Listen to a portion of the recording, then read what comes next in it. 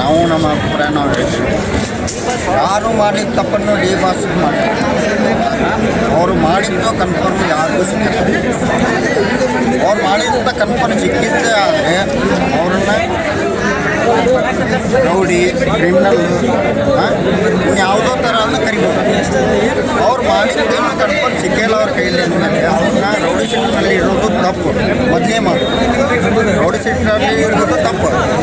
ಆಮೇಲೆ ಅವರು ಒಳಗಿದ್ದಾರೆ, ಯಾವತ್ತಿರಲು ನಮ್ಮ ಏರಿಯಾ ಒಳಗಿದ್ದಾರೆ.